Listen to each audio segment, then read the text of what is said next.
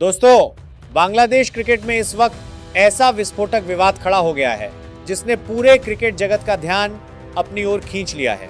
जी हां दोस्तों, खुद शाकिब अल हसन ने साफ शब्दों में कह दिया T20 वर्ल्ड कप न खेलने का फैसला सरकार की तरफ से एक बड़ा ब्लंडर था। सोचिए जरा, एक क्रिकेट पागल देश के लिए वर्ल्ड कप मिस करना सिर्फ एक फैसला नहीं बल्कि करोड़ों फैंस के जज्बातों को तोड़ देने वाला झटका है। शाकिब ने खुद कहा, एक देश के तौर पर हम अपने खिलाड़ियों को वर्ल्ड कप में खेलते देखना पसंद करते हैं और उस मौके का खोना बांग्लादेश क्रिकेट के लिए बहुत बड़ा नुकसान है। अब इस पूरे मामले को थोड़ा ठंडे दिमाग से समझते हैं। फरवरी मार्च में खेले गए T20 वर्ल्ड कप में बांग्लादेश ने हिस्सा ही नहीं लिया क्योंकि सरकार ने सिक्योरिटी कारणों से टीम को भारत जाने की अनुमति नहीं दी। इसके बाद ICC ने बांग्लादेश की जगह स्कॉटलैंड को मौका दे दिया। दोस्तों, 1999 के बाद यह पहली बार हुआ जब बांग्लादेश किसी वर्ल्ड कप में नहीं खेला। बीच में बांग्लादेश क्रिकेट बोर्ड ने कोशिश की थी कि मैच श्रीलंका में शिफ्ट हो जाएं, लेकिन ICC ने इस प्रस्ताव को ठुकरा दिया। यानी हर रास्ता बंद हो गया और बांग्लादेश का वर्ल्ड कप से बाहर होना तय हो गया।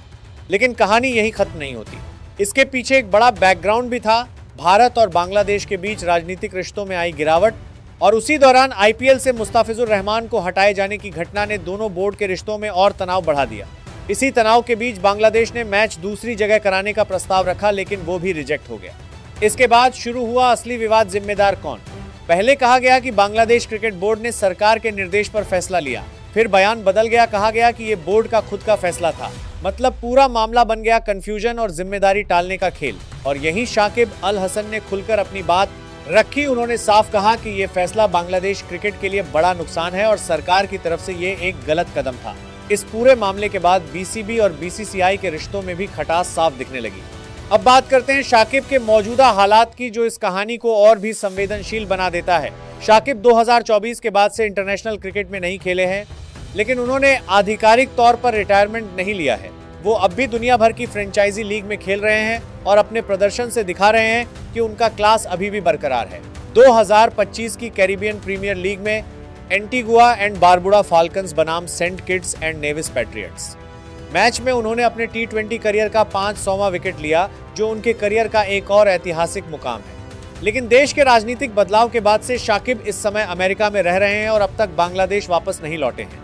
वो पहले सांसद भी रह चुके हैं और सरकार बदलने के बाद उनके खिलाफ कई केस दर्ज किए गए हैं। हालांकि नए खेल मंत्री ने साफ कहा है कि इन मामलों को जल्दी सुलझाने की कोशिश की जाएगी ताकि शाकिब और मशरफी जैसे अनुभवी खिलाड़ियों को फिर से देश के क्रिकेट में वापस लाया जा सके। इसी बीच शाकिब ने एक पॉजिटिव मैसेज भी दिया है।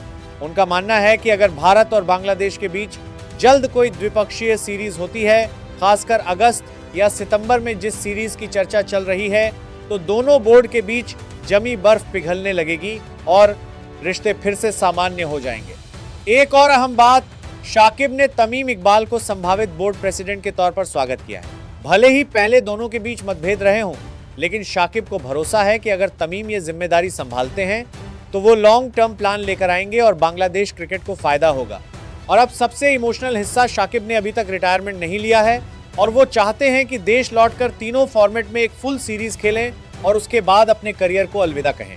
मतलब दोस्तों, कहानी अभी खत्म नहीं हुई है, आखिरी चैप्टर अभी बाकी है। अब सवाल आपसे, क्या आपको लगता है कि सरकार का वो फैसला सच में बांग्लादेश क्रिकेट के लिए एक ब्लंडर था? और क्या शाकिब अपने देश लौटकर अपने फैंस के सामने आखिरी बार खेल पाएंगे? अपनी राय कमेंट में जरूर बताएं और क्रिकेट की हर बड़ी खबर के लिए चैनल को सब्सक्राइब करना मत भूलें।